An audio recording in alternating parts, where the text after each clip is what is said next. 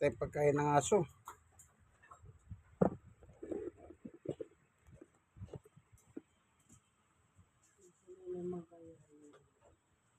Kanin. Atay.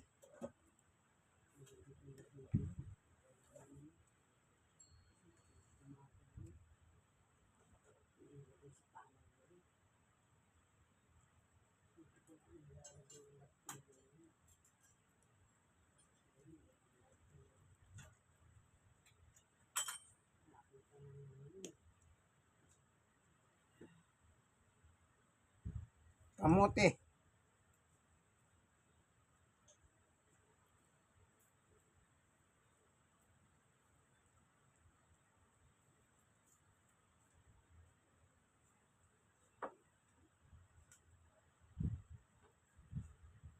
Isang atay pa.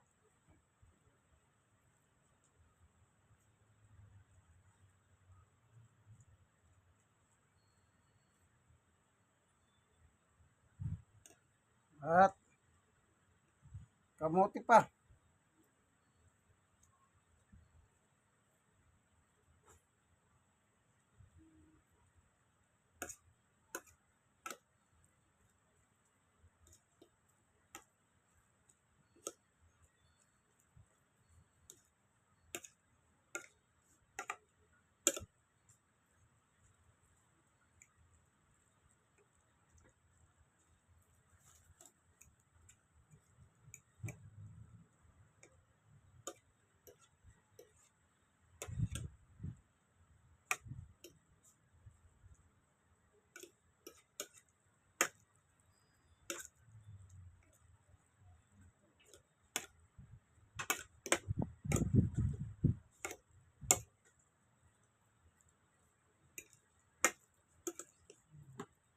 Yan, pagkain ng aso. Lagyan natin ng tayo ng haluan natin. Ayan, nalagay na po natin yung pitso. Nandiyan na yung pitso. Ito ang laman, oh. Ayan.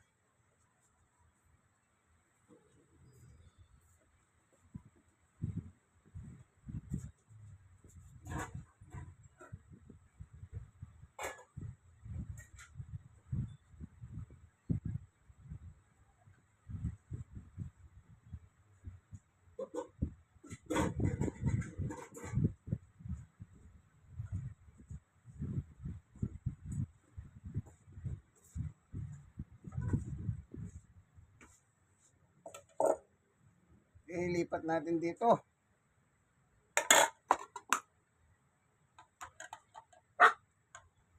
Bakit?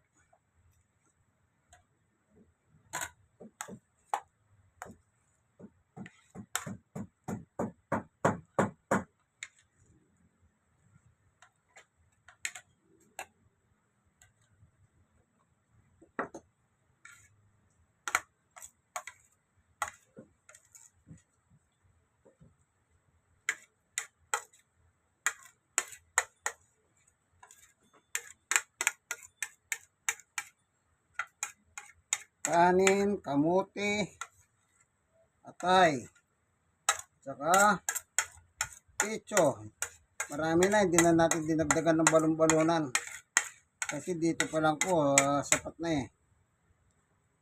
No?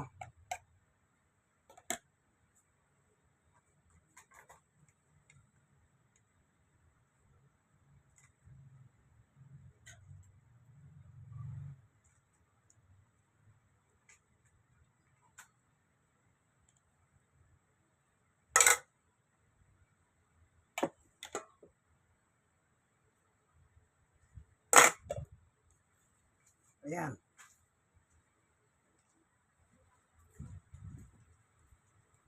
Kain na, kain na, kain na.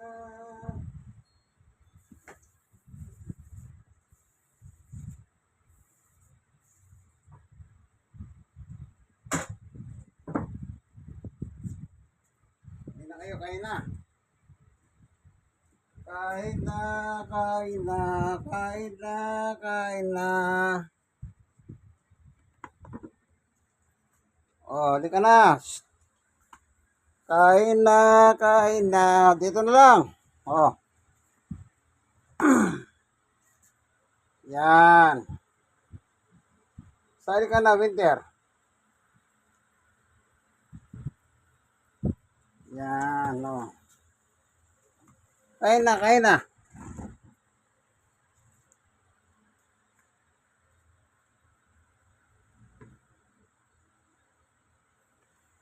Yan, kain na sila.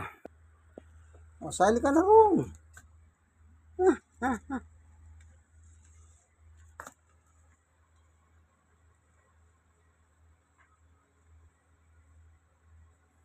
Yan, ang tatay nila yan. Oh. Tatay yan, si Winter.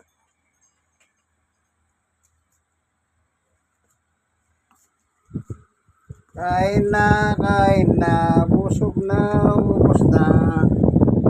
Yan, mamaya sila babanat niyan. Para may pagkakaunawaan sila. Para ba sinasabi, paunahin na natin yung tatay.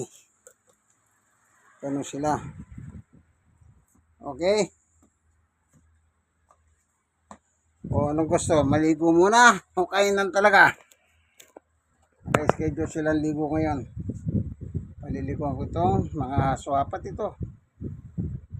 Sityo po silang lahat. Summer, winter, saka yung dalawang anak, spring at saka chuding. Yan. Ako, nakita niyo, pinakain ko ano. Pero babanatan nila mamaya.